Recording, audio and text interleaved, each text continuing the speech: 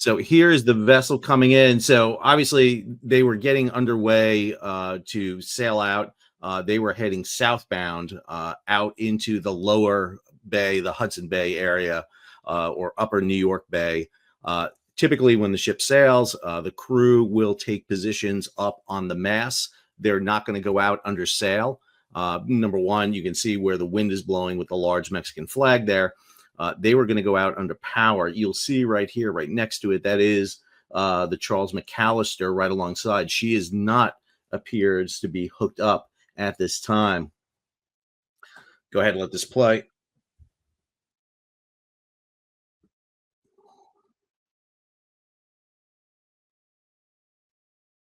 Sorry for the language. It's New York.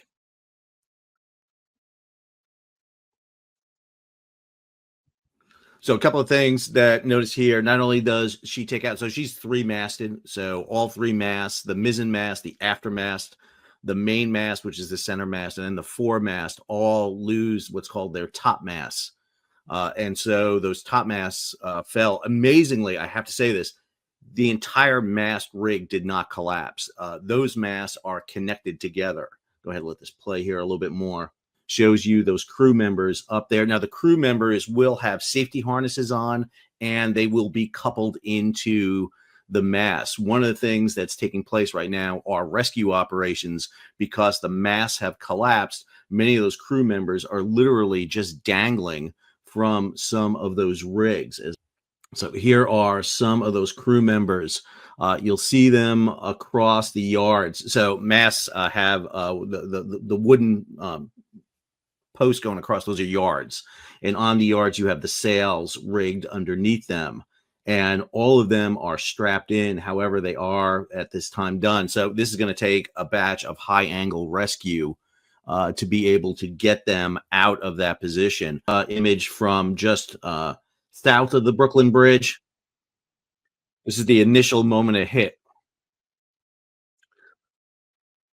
So first thing you see there is this ship is rigged as I'm gonna I gotta go back into my ship rigs. I didn't have a chance. Usually I check these things before I come in. I think she's rigged as a bark. Her two forward masts have square sails on them, and then her aft sail here has a gaff mizzen sail on it. And you'll see the mizzen sail coming down here. That's the foremast going right there. And then you'll see, excuse me, that was the main mast going. This is the foremast going.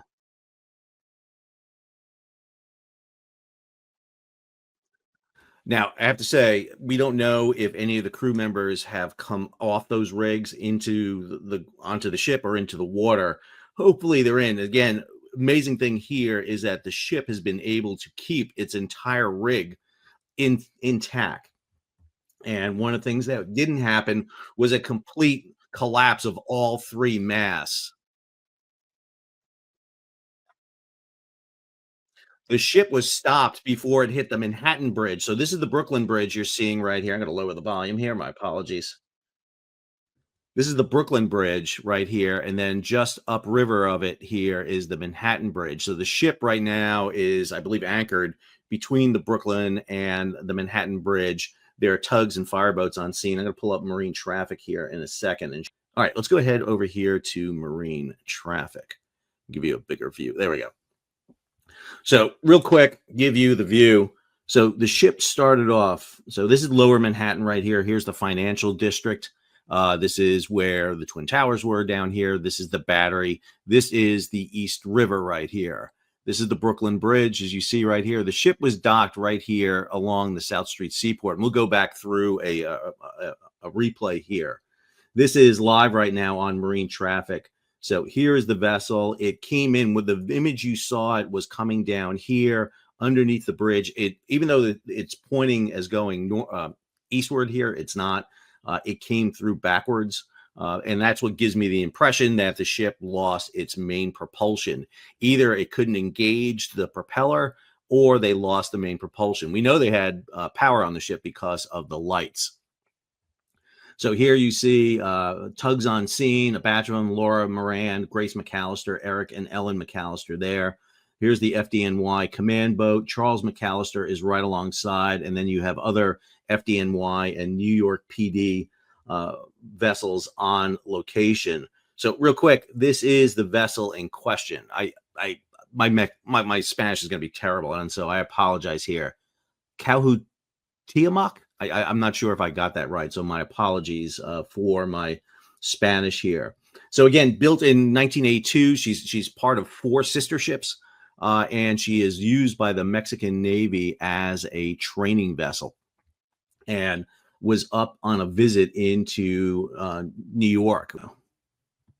Okay, slow it down for you. So here is the vessel. She was up here again, South Street Seaport right here. So she was berthed up here for a visit into lower Manhattan. Give you a better view here. Well, there we go. Go ahead and let this roll here. I'm going to slow it down as we get a little bit closer. So there's Charles McAllister right here. This is the tug that was on scene with the vessel to help get the vessel off the berth. Now, obviously, as you see, the ship can't pass under the Brooklyn Bridge because of the height of the mast. One of the reasons why the Brooklyn Navy Yard was basically phased out was because of the bridge elements here. So ship comes off the berth and into the stream here. Now, there's a current running through the East River. Obviously, the current here was heading northward or northeastward. So this is Manhattan here. This is over in Brooklyn. This is the Brooklyn Bridge. Here is Manhattan Bridge right here. So ship comes out here at about 2.2 knots. Charles McAllister was not attached. We saw that in the very first video that it was not attached.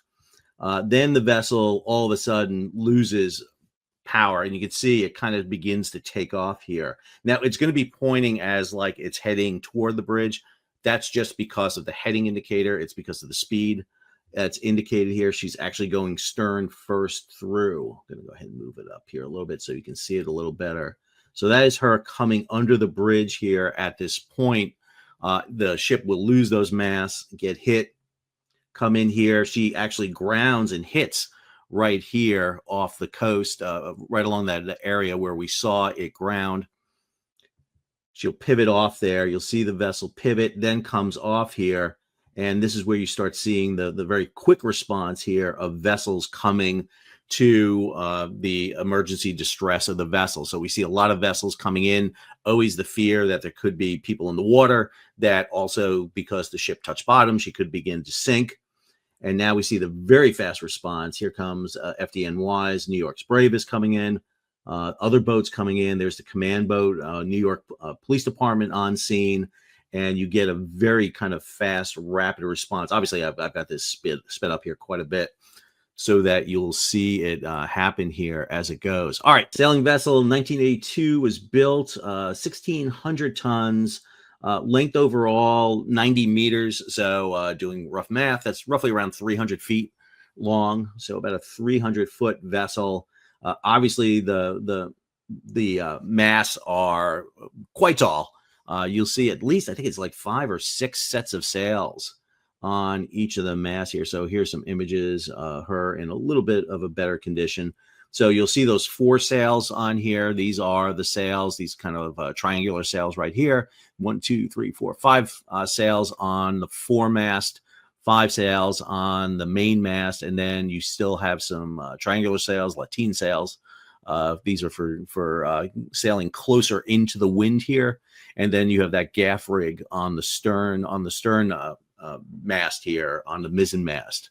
I apologize. I'm more of a power sailor than a sailboat sailor. So I do have some knowledge. I've sailed on vessels before. So here she is. So a couple of things I just want to note right here real quick.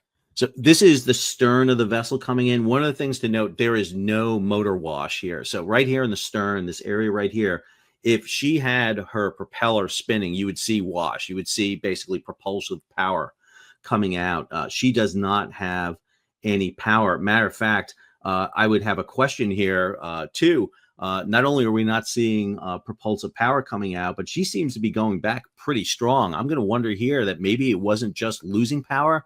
Maybe she had her power in reverse and could not come out. I mean, because she does seem to be pushing along at a pretty good clip. And I think that would be another potential issue if her engine got stuck in reverse gear, which may be one of the issues here. She seems to be coming under a lot of propulsion here. I mean, this seems to be more than the current. The reason I say that, I'm going to come back here for a minute and show you, she's throwing out a wake here right now. So it seems as if the vessel may have been stuck in reverse. Now, that does happen with transmissions. It could potentially happen. You assume a diesel engine, they may not have been able to get it out, but she seems to be almost coming under full reverse power. All right, this image is going to give you a pretty graphic one here of the vessel coming in. Oh, they cut it short. But yeah, I think that the vessel is coming in under power underneath there, which is much different. This is a Mexican naval ship. So many navies around the world have sail training vessels, which they take their cadets out on, junior members who are training to become officers. So the Mexican Navy has that. The United States Navy does not, but the U.S. Coast Guard has the Eagle, which is a former Nazi Germany ship. It's one of the things we got. All right, we talked about this before. Let me go on here. Again, if you have questions, please stick them in there. Just, type them in there in capitals so I can find it. Any idea why they would try to go under? They're not trying to go under. Believe me, the last thing they wanted to do was go under this bridge. This is not why they didn't do it. So interesting question here. Why didn't the tug act? So a couple of things about that. The tug obviously helped cast the vessel off. This ship does not have, for example, a bow thruster or the means to kind of really push off the dock. And so let me pull this video up here for you. Let's see if I can get this up here. There we go. Let's see if we can get that. I was trying to see if I can zoom in here a little bit. So here's the McAllister tug right here. You'll notice the tug does not have a line on. So when you're undocking and pulling a ship off, for those of you who don't know, I was a former merchant mariner. I sailed ships for a living. Matter of fact, right there in New York, I attended the State University of New York Maritime College. I've sailed under this bridge multiple times. That tug would have put a line onto the training ship, pulled it off the dock, and then the training ship would have used its ship's engines, and it would have head downriver out into the lower bay past the battery and head out. Obviously, the tug would cast off at a point, and they did. Now it appears, in looking at this video, the tug was trying to get up ahead of the vessel, so that it could come alongside. But you have to get a line over, and not just a line, but a heavy line. And so it looks like the tug was getting into a position because it realized what was happening. And again, I come back to this a little bit more and more, that it looks like this tug was under power.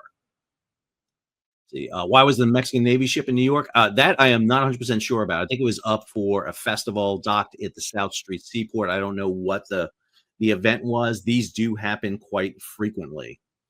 Why do you think they were going to? They don't think they were fitting under the bridge. The plan was not to go under the bridge. This is not a mistake. This is an accident. This is not a planned, going under the bridge. Again, I think that what we're seeing here is an issue. Let's see. Here you see some of those crew members hung up in the rigging. Now, I will tell you that right off the bat, the ship's crew is going to respond to this even before FDNY and other rescue personnel come on board. Having known people who worked on large three-masted riggers like this, and I've climbed these. I haven't sailed on one, but I've climbed the rigging of these type vessels. Crews become very familiar with that. They will start executing some rescues right off the bat.